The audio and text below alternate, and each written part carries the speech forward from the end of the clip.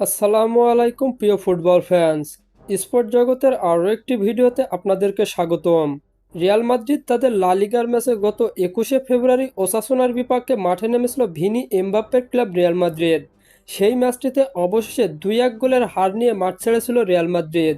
এই ম্যাচটিতে রিয়ালের হয়ে একমাত্র গোলটি করেন ভিনিসিয়াস জুনিয়র।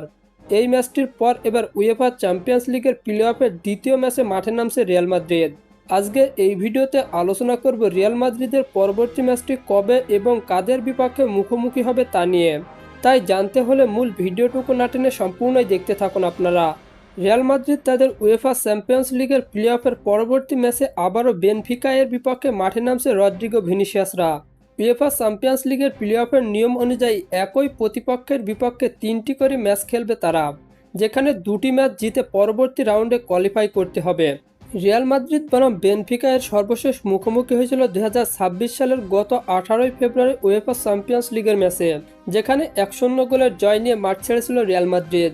রিয়াল মাদ্রিদ বনাম বেনফিকা এর শেষ 5টি ম্যাচের পরিসংখ্যান করলে দেখা যায় 4টিতে জয় এবং বাকি একটি ম্যাচ হেরেছে রিয়াল মাদ্রিদ।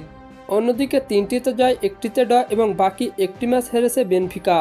তাই সাম্প্রতিক ফর্ম বিবেচনায় বেনফিকার চেয়ে একটু এগিয়ে রয়েছে রিয়াল মাদ্রিদ। রিয়াল মাদ্রিদ বনাম বেনফিকা এর উয়েফা চ্যাম্পিয়ন্স লিগের ম্যাচটি অনুষ্ঠিত হবে বাংলাদেশ সময় অনুযায়ী আগামী 26শে ফেব্রুয়ারি বৃহস্পতিবার রাত 2টায় এবং এই ম্যাচটি অনুষ্ঠিত হবে মাদ্রিদের ঘরের মাঠ বার্নাব্যুতে। আর হ্যাঁ, ফুটবলের আপকামিং ম্যাচ শিডিউলের সকল নিউজ এবং আপডেট পেতে আমার চ্যানেলটি সাবস্ক্রাইব করে পাশেই থাকবেন। ধন্যবাদ সবাইকে।